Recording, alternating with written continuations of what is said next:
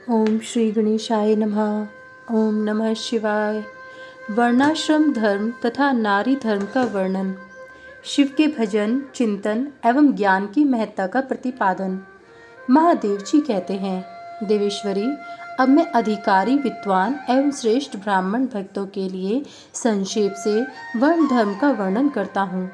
तीनों काल स्नान, अग्निहोत्र, विधिवत शिवलिंग पूजन, दान, ईश्वर प्रेम सदा और सर्वत्र दया, सत्य भाषण, संतोष, आस्तिकता, किसी भी जीव की हिंसा न करना, लज्जा, श्रद्धा, अध्ययन, योग, निरंतर अध्यापन, व्याख्यान, ब्रह्मचर्य, उपदेश श्रवण, तपस्या, क्षमा, शौच, शिखा धारण, यज्ञोपवीत धारण, पगड़ी धारण करना, दुपट्टा लगाना, निषिद्ध वस्तु का सेवन न करना, रुद्राक्ष की माला पहनना, प्रत्येक पर्व में विशेषतः चतुर्दशी को शिव की पूजा करना, ब्रह्मकूर्च का पान, प्रत्येक ब्रह्मकूर्च से विधि पूर्वक मुझे नहलाकर मेरा विशेष रूप से पूजन करना, संपूर्ण क्रियान का त्याग, श्रद्धान का परित्याग, बासी अन्न तथा विशेषतः यावक, कुल्थी या बोरो धान का त्याग, मद और मद की गंध का त्याग, शिव को निवेदित चंडेश्वर के भाग नैवेद्य का त्याग, ये सभी वर्णों के सामान्य धर्म हैं। ब्राह्मणों के लिए विशेष धर्म ये है: क्षमा, शांति, संतोष, सत्य, अस्तेय, चोरी न करना, ब्रह्मचर्य, शिव ज्ञान, वैराग्य, भस्म सेवन और सब प्रकार की आसक्तियों से निवृत्ति।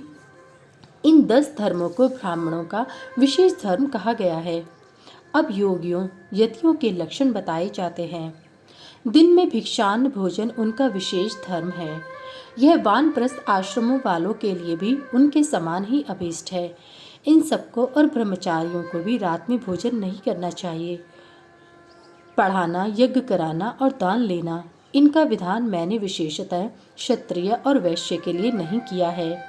मेरे आश्रय में रहने वाले राजाओं या क्षत्रियों के लिए थोड़े में धर्म का संग्रह इस प्रकार है: सब वर्णों की रक्षा, युद्ध में शत्रुओं का वध, दुष्ट पक्षियों, मृगों तथा दुराचारी मनुष्यों का दमन करना, सब लोगों पर विश्वास न करना, केवल शिव योगियों पर ही विश्वास रखना, ऋतु काल में ही स्त्री संसर्ग करना, सेना का संरक्षण, गुप्तचर भेजकर लोक में घटित होने वाले समाचारों को जानना, सदा अस्त्र धारण करना तथा भस्म में कंचुक धारण करना, गौ रक्षा, वाणिज्य और कृषि, ये वैश्य के धर्म बताए गए हैं। शूद्रेतर वर्णों, ब्राह्मण, क्षत्रिय और वैश्यों की सेवा शूद्र का धर्म कहा गया है। बाग लगाना, मेरे तीर्थ की यात्रा करना तथा अपनी धर्म पत्नी के साथ ही समागम करना गृहस्थ के लिए विहित धर्म है।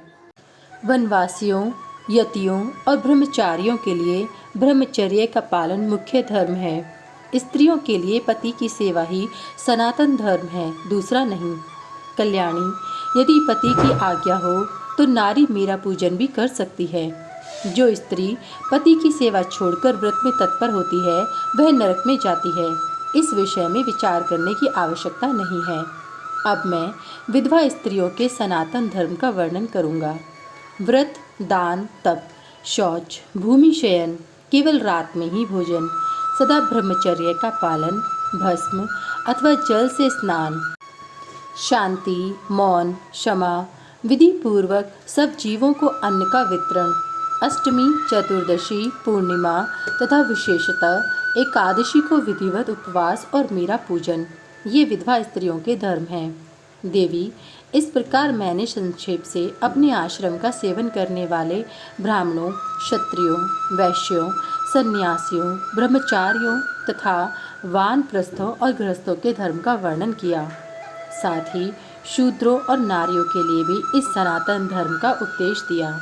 देवेश्वरी, तुम्हें सदा मेरा ध्यान और मेरे षडाक्षर मंत्र का जप करना चाहिए, क्योंकि यही संपूर्ण वेदोक्त धर्म है और यही धर्म तथा अर्थ का संग्रह है। लोक में जो मनुष्य अपनी इच्छा से मेरे विग्रह की सेवा का व्रत धारण किए हुए है, पूर्व जन्म की सेवा के संस्कार से युक्त होने के कारण भावातिरेक से संपन्न है, वे स्त्री आदि विषयों में अनुरक्त हो या विरक्त, पापों से उसी प्रकार लिप्त नहीं होते जैसे जल से कमल का पत्ता। मेरे प्रसाद से विशुद्ध हुए उन विवेकी पुरुषों को मेरे स्वरूप का ज्ञान हो जाता है। फिर उनके लिए कर्तव्य का विधि निषेध नहीं रह जाता। समाधि तथा शरणागति भी आवश्यक नहीं रहती। जैसे मेरे लिए कोई विधि निषेध नहीं है, वैसे ही उनके लिए भी नहीं है।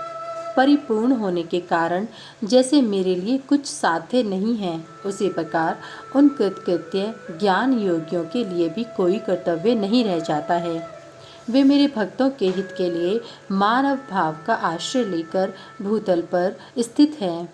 उन्हें रुद्रलोक से परिभ्रष्ट रुद्र ही समझना चाहिए, इसमें संशय नहीं है। जैसे मेरी आज्ञा ब्रह्मा आदि देवताओं को कार्य में प्रवृत्त करने वाली है, उसी प्रकार उन शिव योगियों की आज्ञा भी अन्य मनुष्यों को कर्तव्य कर्म में लगाने वाली है। वे मेरी आज्ञा के आधार हैं, उनमें अतिशय सद्भाव भी है, इसलिए उनका दर्शन करने मात्र से सब पापों का नाश हो जाता है तथा प्रशस्त फल की प्राप्ति को सूचित करने वाले विश्वास की भी वृद्धि होती है। जिन पुरुषों का मुझ में अनुराग है, उन्हें उन बातों का भी ज्ञान हो जाता है जो पहले कभी उनके देखने, सुनने या अनुभव में नहीं आई होती हैं। उनमें अकस्मात कंप, श्वेत, अश्रुपात, कंठ में स्वर विकार तथा आनंद आदि भावों का बारंबार उदय होने लगता है। ये सब लक्षण उनमें कभी एक एक करके अलग अलग प्रकट होते हैं और कभी संपूर्ण भावों का एक साथ उदय होने लगता है। कभी विलग न होने वाले इन मंद, मध्यम और उत्तम भावों द्वारा उन श्रेष्ठ सत्पुरुषों की पहचान करनी चाहिए। जैसे जब लोहा आग में तपकर लाल हो जाता है, तब केवल लोहा नहीं रह जाता, उसी तरह मेरा सानिध्य प्राप्त होने से वे केवल मनुष्य नहीं रह जाते, मेरा स्वरूप हो जाते हैं। हाथ पैर आदि के साथ धर्म से मानव शरीर धारण करने पर भी वे वास्तव में रुद्र हैं। उनके प्राकृत मनुष्य समझकर विद्वान पुरुष उनकी अवहेलना न करें। जो मूढ़ चित्त मानव उनके प्रति अवहेलना करते हैं, वे अपनी आयु, लक्ष्मी, कुल और शील को त्याग कर नरक में गिरते हैं। अथवा बहुत कहने से क्या लाभ। जिस किसी भी उपाय से मुझ में चित्त लगाना कल्याण की प्राप्ति का एकमात्र साधन है, उपमन्यु कहते हैं। इस प्रकार परमात्मा श्री कंठनाथ शिव ने तीनों लोकों के हित के लिए ज्ञान के सारभूत अर्थ का संग्रह प्रकट किया है।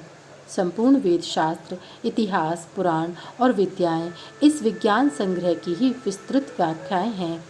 ज्ञान के अनुष्ठेय, अधिकार, साधन और साध्य, इन 6 अर्थों का ही यह संक्षिप्त संग्रह बताया गया है। श्री कृष्ण जो शिव और शिवा संबंधी ज्ञानामृत से तृप्त हैं और उनकी भक्ति से संपन्न हैं, उसके लिए बाहर भीतर कुछ भी कर्तव्य शेष नहीं है। इसलिए क्रमश बाहरी और आभ्यंतर कर्म को त्याग कर ज्ञान से ज्ञेय का साक्षात्कार करके फिर उस साधनभूत ज्ञान को भी त्याग दे। यदि चित्त शिव में एकाग्र नहीं है तो कर्म करने से भी क्या लाभ, और यदि चित्त एकाग्र ही है तो कर्म करने की भी क्या आवश्यकता है। अतः बाहर और भीतर के कर्म करके या न करके जिस किसी भी उपाय से भगवान शिव में चित्त लगाए, उनका चित्त भगवान शिव में लगा है और जिनकी बुद्धि सुस्थिर है, ऐसे सत्पुरुषों को इहलोक और परलोक में भी सर्वत्र परमानंद की प्राप्ति होती है। यहाँ ओम नमः शिवाय इस मंत्र से सब सिद्धियाँ सुलभ होती हैं। अतः परावर विभूति, उत्तम मध्यम ऐश्वर्य की प्राप्ति के लिए इस मंत्र का ज्ञान प्राप्त करना चाहिए। अध्याय 11 समाप्त। सभी वेद और पुराण सुनने के लिए हमारे इस चैनल को सब्सक्राइब करें और सभी वीडियो को लाइक करें। अगर मुझसे पढ़ने में कोई त्रुटि हो गई हो तो कृपया मुझे क्षमा करें और कमेंट में हर हर महादेव लिखना ना भूलें। भगवान भोलेनाथ की कृपा आप सब पर सदैव बनी रहे। हर हर महादेव। जय भोलेनाथ।